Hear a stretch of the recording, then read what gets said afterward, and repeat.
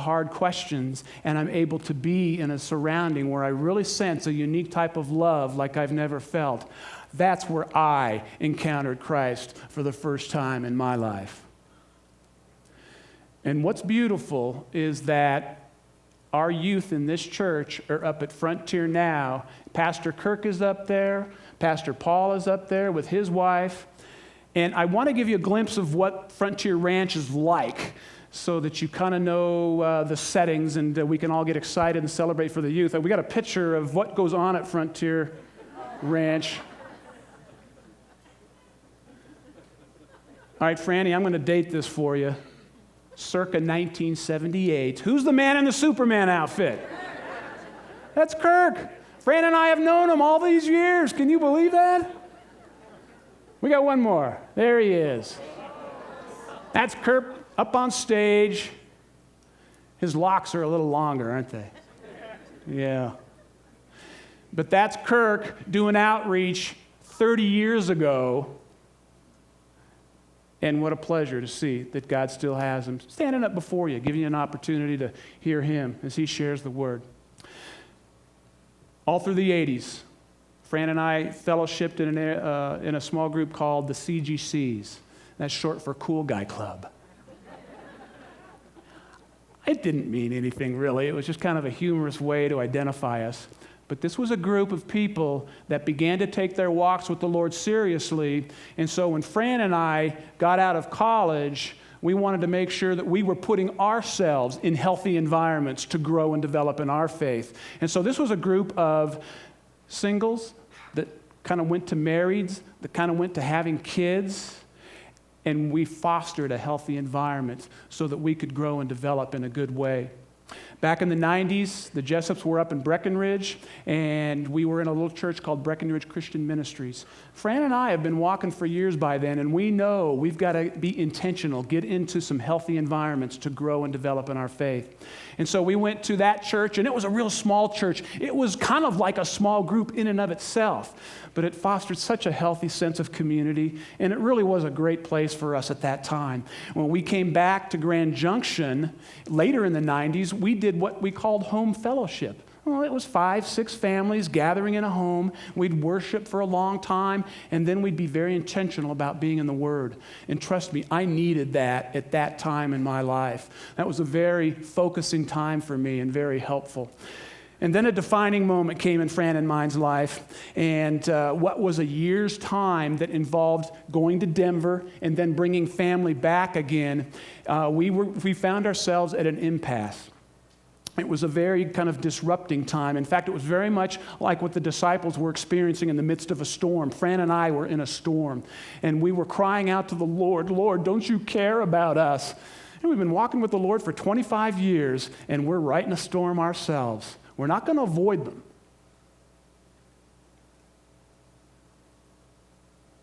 We came to Canyon View Vineyard Church. Speaker talked, asked for a response. Wanted to see if anyone would come up after the service. Fran and I looked at each other. We were hurting. We knew we needed to come up. It was in our spirits. We came up. We were prayed over, and we had an encounter with Christ right then and there. And it was clear to us that as we chose to make this our fellowship body, we were going to be intentional and get smaller by getting into small groups, because that's the place where we want to continue to foster development and growth in our faith. And since that encounter, we still come to Canyon View, and we do big group, and that's what we're doing.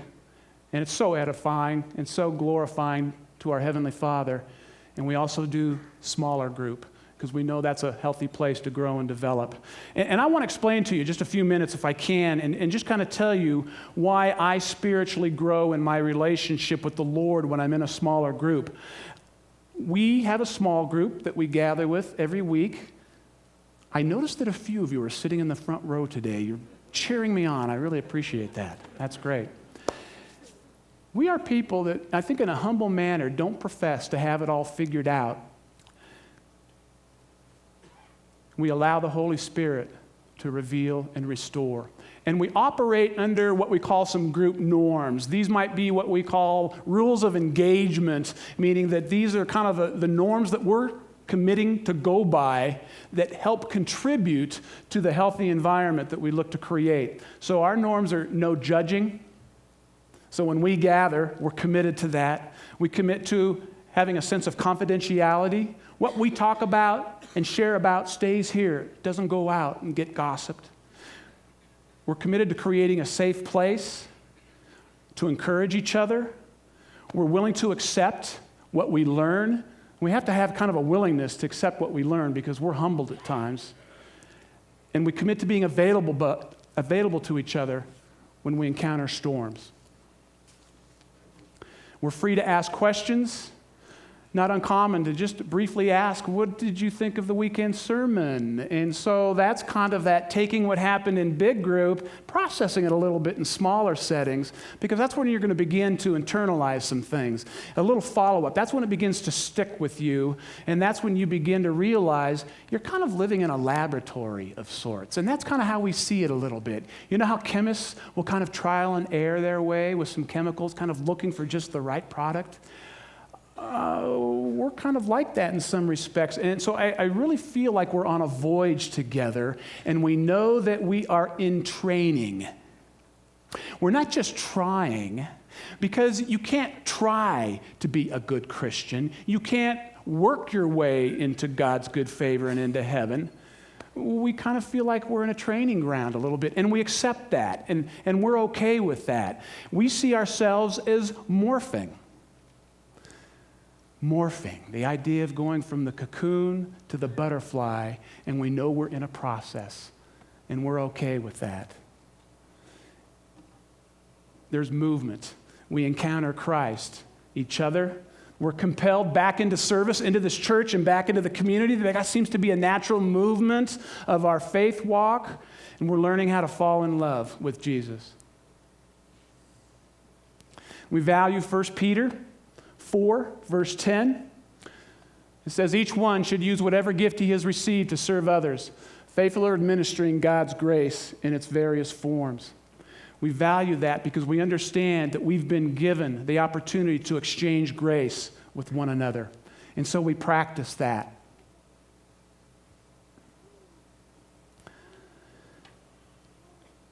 It's powerful, people. We've got a couple of pictures. We had a whole bunch, but I think we're down to 2 in just the transference of these. But it's going to help explain small groups to you a little bit. And here's a cup. This is a picture of us. That looks like Lowell Huskisson sitting there. And is that Gary Smith? Oh, golly. Are you okay if I use names? All right, I'm sorry. Look, now, I think we experienced just like the disciples, and they were astonished. Look at us. That's what goes on in our small group. We got one more picture. Let's take a look. Oh, that's going to be hard to see. Zero in with your eyes. What's happening is we're all putting our finger on our nose. And so this is the game that, when you're in conversation and the first person that puts their finger on their nose, you don't want to be the last person to put your finger on your nose, because if you do, you lose. And now we're not all fun and games, but I promise you there's some laughter, and it's healthy, and it's good. Here's what we've studied over the last couple of years. Saddleback Church in California has some material on doing life together. We did Andy Stanley's greatest question ever. I'm going to put the small group to the test right now. What was the greatest question ever? What is the wise thing to do? Look, it's stuck with these folks. Isn't that cool? We also did an inductive Bible study. That's kind of we learned a responsible way, how to get in the Word and how to study it. Hey, gosh, you don't have to go to seminary to learn that. And we also did a How to Share Jesus series. We did a John Ortberg series on spiritual disciplines. And we studied some books of the Bible, like James and Philippians, all the while staying humble, willing to surrender our lives in the context with each other.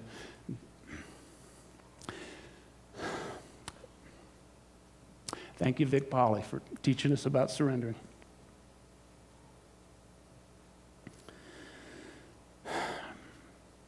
There are real storms in our lives, and we learn how to wait upon him together. We see him work miraculously, and we celebrate together. We create a place to take our anxieties, and we're people who ask, just like the disciples, who is this guy? Because we're odd also. And we keep voyaging. We're willing to grow and develop in our faith together. And my eyes see the health of this environment. And I want you to think about it. I want you to trace it in your life. Where have you encountered your greatest growth? And can you connect it at all to a group?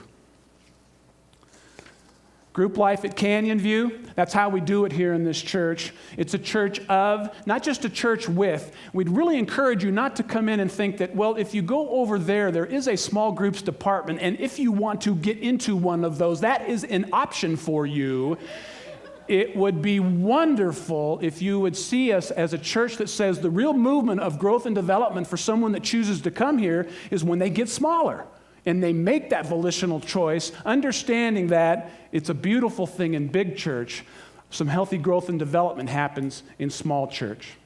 So small groups in this church are an unobstructive place that is safe for everybody. Come use your passions, your gifts in the context of a group. And God can use you to meet other people's needs. It is very purpose-making. That is the focus, folks. It is not that complicated. And there is a staff here at the church. J.P. Mertens is the group's pastor, just a very kind man. I've had the pleasure to get to know him a little bit, and therefore, hopefully you will have that pleasure also. And also, there is a renegade band of community developers. There's 4 of them. Leslie Holshoe, Rhonda Huskisson, Earl Alfrey, Kim Butterfield. They're folks that want to come alongside you and help you acclimate into group life. They want to be there for you in the transition and see that you are discovering a place that's healthy for you. Mary Thompson is the new admin assistant also, and you need admin assistants to bring some organization and detail. Hey, the small groups, there are new leader orientations. There are advanced leader trainings. There is a group desk out here, and you're going to have to help me. Is it the foyer, the atrium? Yeah, I'd heard the word narthex. Leslie, you're not going to use narthex, are you? Okay. It is an atrium, and it's out there, and it's there's some technological advancements. There's a nice screen, and there's also the opportunity for you to pick up the Impact Groups directory. All the groups that are in this church you can find in that directory. You need to be out picking that up. And in this includes the smaller settings, marriage ministry, care and support groups, Alpha, children ministry settings, gatherings that move people into smaller bunches. And there's a website too, I believe.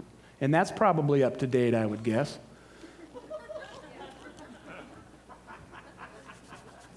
All right, all of this is designed to rock your paradigm and move you into getting it, that you grow and develop in groups.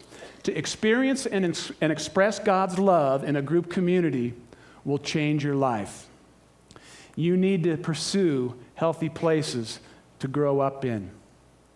Get into atmospheres that are conducive for you to grow and see Jesus. So I ask you tonight, where are you morphing?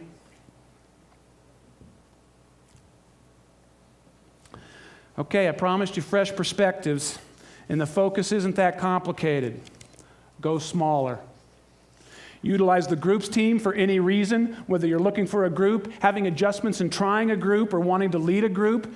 There's even something tomorrow called the I'm New Lunch-In. That's going smaller. If you're new, go into the fellowship hall at 12:30 tomorrow and meet some folks. And that is the beginning process of getting plugged in. You had something on your seats as you came in. It talks about ShareFest, which is a large initiative of this church, and it is going to start a 6-week study on kind of getting grounded in the idea of getting involved in acts of service. And so there's sign-up sheets for that. Worship team, you are welcome to come on up. we are moving to a close. Hey, tonight, reflect on your spiritual growth and development. Our senior pastor stood here last week and was helping us understand our intrinsic need in life for intimacy with God and others, and for significance, finding value by being of value to others. What setting are you going to choose to get into that's going to be a catalyst to help you meet that need? And where are you consistently going to weather the storms of life? I'd like you to consider 3 things tonight if you could. I'd like you to think about maybe journaling a little bit. And by journaling, try to trace or chronicle the impact of groups in your life, both good and bad. But I'm telling you, respect their influence. And I want you to challenge your heart to desire a healthy place to grow. Get intentional. That's one. Secondly, access group life here at Canyon View. Get into the discussion. That's how we do it. And 3, I'd like you to consider coming up and being ministered to. And why gather up front? Because storms exist, and we have to learn how to endure those storms together. If you'd like to come receive prayer, I'd love you to come up and see that you can see peace in a storm of anxiety. Hey, the enemy of peace is worry, and I'd like to see, what are you worried about? And if there's anything about your future that you're worried about, come up and receive prayer. I'd like you to discover peace in what may be a time of sorrow in your life, or a time of doubt, tension, and uncertainty. There just comes time where we need to know where we stand in the crossroads of life. I'd like you to turn to the Lord and just ask Him, Lord, what would you have me do? Hey, if you come up, it'd be like entering small group life, where 2 or more are gathered. It'd be a safe place, a confidential place for you to come do business with the Lord. You may need to encounter Christ today. Come get prayer. You may need to move deeper in your growth and development. Well, come start that process by coming up here for prayer. Ministry team, if we've got any of y'all, could y'all come up?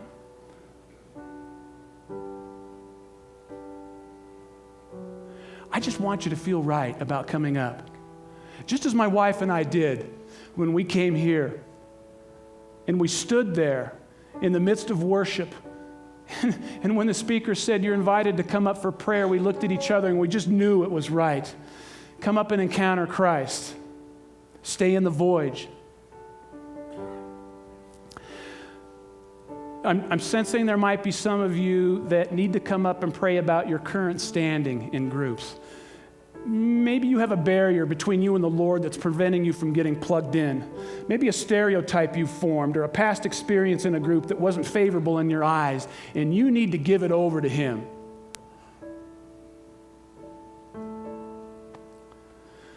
Small group members that exist out there, maybe as we stand and kind of move into this last song, some of you standing together, feel free to pray. Pray about the small groups in this church.